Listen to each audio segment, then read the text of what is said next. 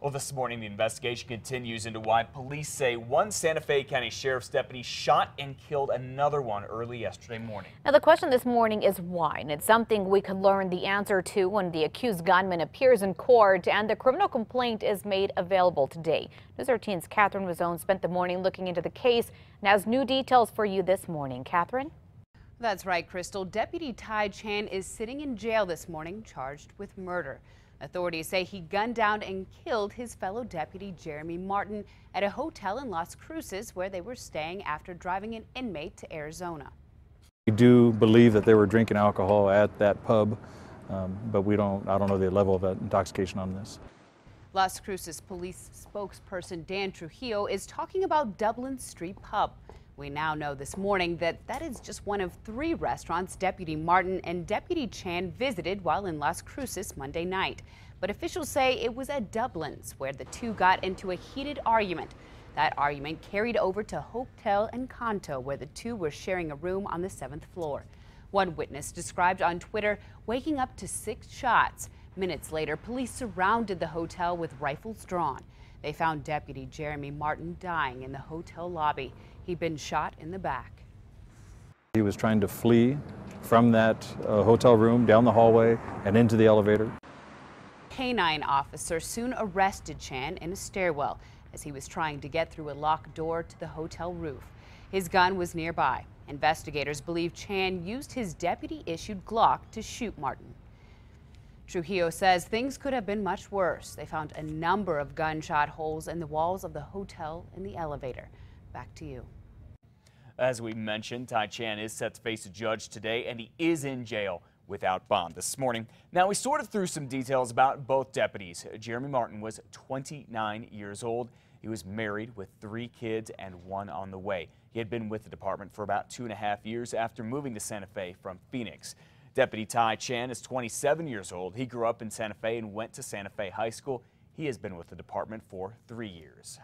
Well, this morning, 2 representatives from the Santa Fe County Sheriff's Office will be in Las Cruces to meet with investigators. Meanwhile, the department, the community, and the families are still shocked that one deputy is charged with killing another. News 13's Crystal Gutierrez has more on that and the reaction that has hit them all extremely hard. Crystal? Yeah, that's right, Matt. The Santa Fe County Sheriff had to hold back tears as he spoke about what happened between 2 of his deputies, which he called both hardworking and dedicated. This has been a major shock to this agency and to my staff. We do have a very strong law enforcement family here at the Sheriff's Office, and I'm sure it'll take a long time before we get over some of this. Now, Sheriff Robert Garcia says he got the call from Las Cruces police just after 1:30 yesterday morning, spent the day bringing in his own deputies and to tell them the news. He says he's never had any problems with Chan and Martin. As the word spread across the community, shock set in. Lupe Leal says Martin's wife babysits her kids daily, and this is a true tragedy. Leal says the Martin family treated her kids like family too. He was always, taking the kids out for the weekend. They'd go fishing. They bought a boat, so they'd go out boating. Life as they knew it no longer will be. So it's sad. It's very, very sad. Now, as you can imagine, Sheriff Garcia says everyone in the department is taking this very hard, especially this morning. Counseling has been made available for them, Matt. And there is a benefit fund for the Martin family. You can find all that information on our website at KRQE.com. Now, Sheriff Garcia says that he has not had any disciplinary problems with the accused shooter, Ty Chan. In fact, we discovered Garcia recently praised Chan for helping arrest 8 people in a string of burglaries in the Santa Fe area. In a letter of commendation, the sheriff told Chan his work reflected well on the department. Sheriff Garcia told us yesterday that deputies Chan and Martin had a good working relationship. Chan has been with the Santa Fe County Sheriff's Office for 3 years and has worked in the Investigations Bureau. The Santa Fe County Sheriff's Department hasn't lost a deputy to violence in 34 years, a state law enforcement memorial page says. Santa Fe County Sheriff's Deputy Leopoldo Guralay was killed in 1980. He was responding to a domestic violence incident when the suspect shot him. A park and detention center are named in his honor. And Deputy Ike Allred was killed in the line of duty on November 4th, 1932. He was investigating the escape of 2 inmates from the state pen. He had pulled over a vehicle and accidentally pulled the trigger of his gun, shooting and killing himself. And remember to stay with News 13 for the latest developments on the story, both on air and, of course, online at KRQE.com. We have a crew in Las Cruces. They will be going to court today to see what other information they can dig up about this case.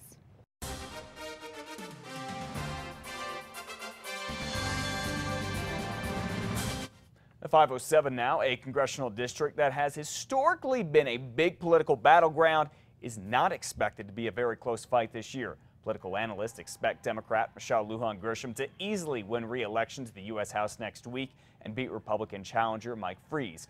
When this congressional district was created, Republicans ruled it for 40 years, had a few close races in 1980 and 2006. That all changed in 2008 when Martin Heinrich won the race for Democrats for the very first time. Ms. Lujan Grisham took over the seat in 2012, winning by a big margin.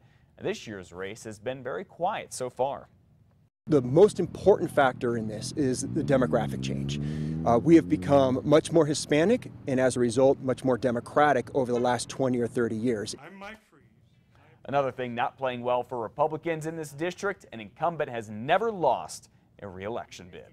Election day is less than a week away now. We have all the latest campaign and election information for you. You'll get it here on the air, and you can check it out online anytime at KRQE.com.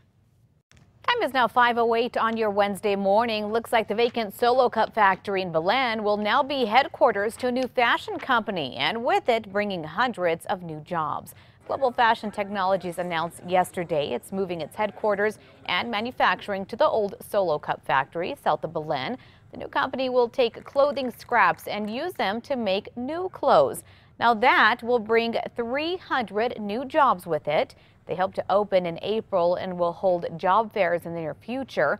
The mayor of Belen says this is the biggest economic development project Belen and Valencia County has seen in 20 years.